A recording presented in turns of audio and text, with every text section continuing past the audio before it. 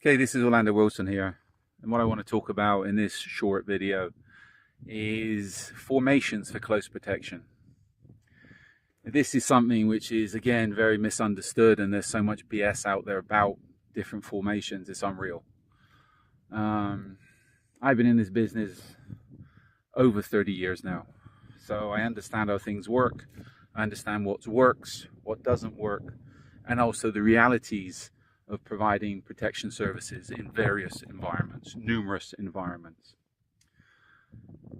And again, a lot of what people are talking about, a lot of what people are putting out there is complete and utter rubbish. It sells courses, but it sells fantasies, but in reality, people are not getting trained, they're getting mistrained. I was reading, or somebody sent me an article recently that was in, of all things, the Financial Times about bodyguards, etc., etc. And you know what? There was some top names there in the security world writing about stuff, but it's pretty clear from what they were writing about, they had no clue about the close protection world. One person was stating about the Star of Texas formation. I've never heard of that.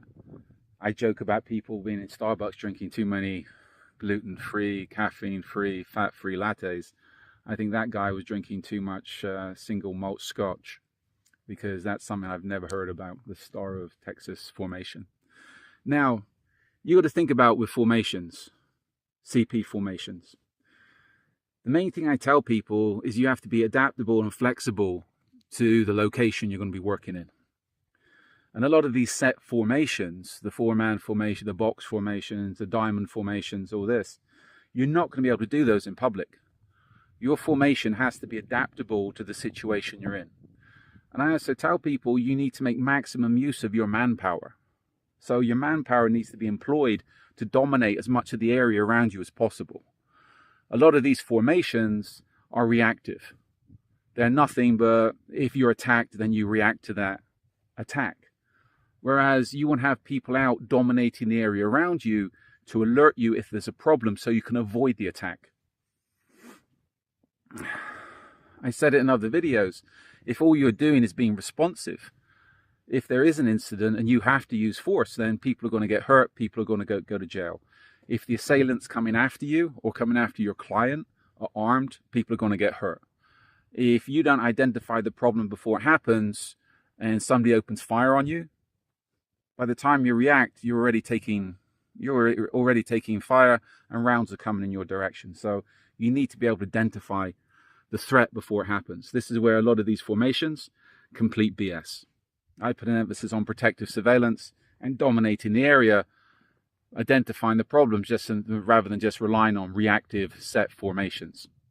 Now think about whatever type of formation. Let's talk about people like the box formation or the diamond formation. Three to four guys, four guys. Think about most shopping malls.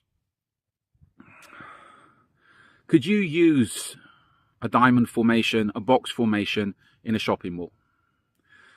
Could you use a box formation walking down Oxford Street in London?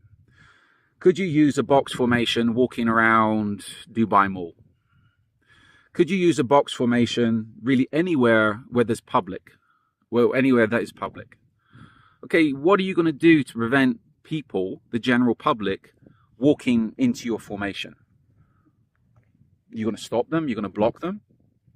Well, I guarantee if you're walking down Oxford Street and you're pushing people out of the way and you're stopping people from walking into your formation, you're going to have major issues. The cops will be called.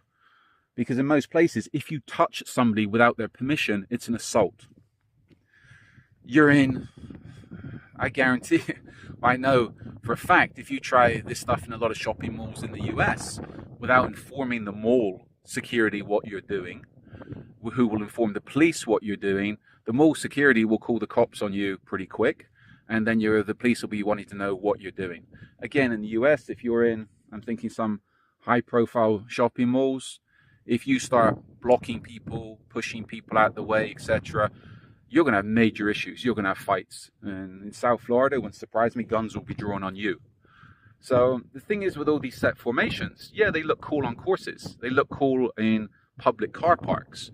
But think about now from a realistic perspective, where can you go in a box formation? You can't. It's not realistic. You look stupid. It draws attention. 4 guys in suits surrounding a client look stupid. And again, think about it from a practical point of view. Somebody tries to get into that formation. Some old woman who just happens to be out doing her grocery shopping walks towards that formation. What are you going to do? Push her out the way? Assault charge, thank you. You're going to jail. Well, you're going to court to start with. So again, this is where a lot of people have misconceptions about the close protection business. And I think one of the biggest issues is the people that's providing the services, the management of the companies, have no actual experience of providing close protection. There's so many issues with people providing training courses and training people for whatever type of license that them themselves have no experience of actually providing close protection services. Different formations might work for PSD, but that's a different situation. To me, PSD is more like cash in transit more than anything else. But if you're providing real close protection services in the civilian commercial world to various types of clients, it's completely different than providing close protection to government clients or providing PSD services. And the sad fact is the majority of people out there teaching and influencing people do not have the experience of providing close protection in the real world. So all I say to people is look at what you're being told and think, is this real? Is it going to work in reality? And a lot of what I'm seeing these days, I can trip people up with a couple of questions of what will happen if somebody tries to walk into your formation. You stop them, there's going to be an issue. That's an assault charge. You're drawing issues to yourself. You're drawing attention, causing problems where there's no need to be problems. Formations need to be adaptable, flexible, and you need, if you've got multiple people, that's another thing I'll talk about in another video. If you've got more than 2 people, 1 person working with a client, then you should employ your manpower to dominate the ground, not just walk around looking like a goon. Okay, I've got 3 books up on Amazon specifically to do with close protection. We're throwing up more videos on social media, LinkedIn, LinkedIn, Instagram, etc., etc. We do have a Telegram channel if you want to jump on. And if you got any questions, reach out and drop me a line. But all I say is question everything these days and keep it real. If people can't explain to you 100% what they're teaching you, and if it doesn't make sense to you, then it's BS. Stay safe, stay out of trouble, be good boys and girls.